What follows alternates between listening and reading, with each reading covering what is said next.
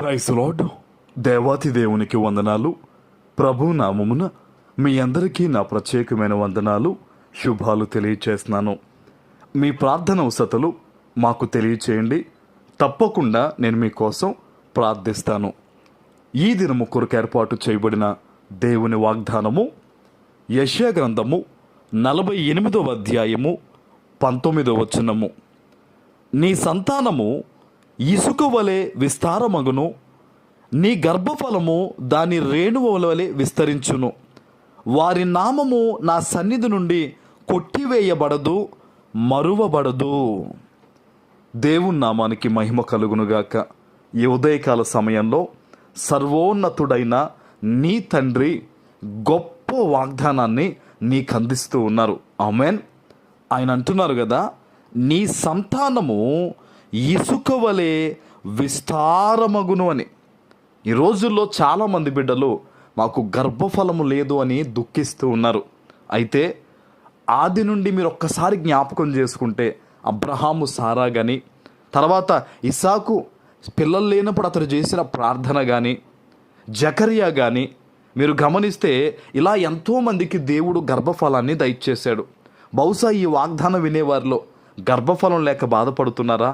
నమ్మకంతో ప్రార్థన చేయండి, తప్పకుండా దేవుడు గర్భఫలాన్ని ఇస్తారు. అలాగైతే ఇంకా చాలామంది జీవితాల్లో బిడ్డల జీవితాలు స్థిరం లేక, వారి జీవితంలో ఉన్నతమైన స్థాయికి వారు ఇంకా వెళ్ళక అనేక రకాలుగా బిడ్డలు కానీ తల్లిదండ్రులు కానీ బాధపడుతూ ఉన్నారు.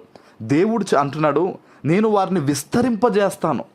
ఆర్థికంగా కానీ, ఆధ్యాత్మికంగా కానీ, ఉద్యోగపరాలుగా కానీ అన్ని విధాలుగా కూడా నేను విస్తరింపజేస్తాను అని ప్రభు వాగ్దానం ఇస్తూ ఉన్నాడు.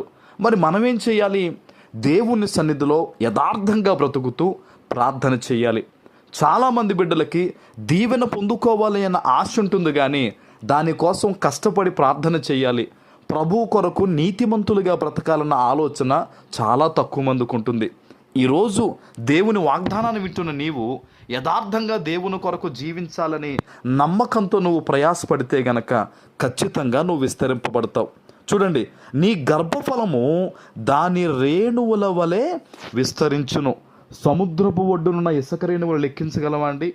ఆనాడు అబ్రహాము గారితో కూడా సంతానము లేనప్పుడు దేవుడు ఇదే మాట చెప్పాడు. ఈ సముద్రపు ఒడ్డునున్న ఆ ఇసుక రేణువుల వలె నీ సంతానం విస్తరింపజేస్తాను అబ్రహాము అని దేవుడు చెప్పాడండి. ఈరోజు చూడండి, ఈరోజు నువ్వు కూడా ఎటువంటి పరిస్థితుల మధ్య ఉన్న గర్భఫలం గురించి అయినా, ఏదైనా ఒక శుభకార్యం గురించి అయినా, ఏదన్నా కూడా నువ్వు అడిగిన దానికంటే దేవుడు విస్తారమైన వాగ్దానాన్ని ఇస్తూ ఉన్నాడు. ఎందుకంటే అడుగు వాటికంటే, ఊహించు వాటికంటే మన తండ్రి అధికముగా ఇచ్చేవాడు. కాబట్టి నీకున్న చిన్న ఇబ్బందిని బట్టి బాధపడక దేవుడు ఇస్తున్న గొప్ప వాగ్దానం మీద నమ్మకం ఉంచు. చూడండి, వారి నామము నా సన్నిధి నుండి కొట్టివేయబడదు, మరువబడదు అంటున్నాడు ఆయన. హల్లెలూయా. ఈరోజు దేవుడు చెప్తున్నాడు, నేను మర్చిపోను, నా సన్నిధిలో నేను నిన్ను కొట్టివేయను, నేను నిన్ను హక్కును చేర్చుకుంటాను, నీ సంతానాన్ని హక్కును చేర్చుకుంటాను, తరతరాలకు నీకు దేవుణ్ణై ఉంటానని ఈరోజు ప్రభువు వాగ్దానం ఇస్తూ ఉన్నారు. చాలా గొప్ప వాగ్దానం ఇది. మన పాపములు క్షమించి ఇంకనూ దేవుడు మనల్ని ప్రేమిస్తున్నాడు అనడానికి ఈ వాగ్దానమే గొప్ప నిదర్శనం అండి.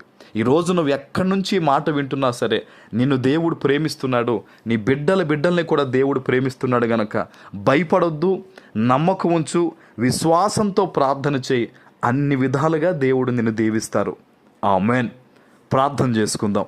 పరిశుద్ధుడు అయిన మా తండ్రి, ప్రేమ కలిగిన ప్రభువా, మీకు స్తోత్రాలు.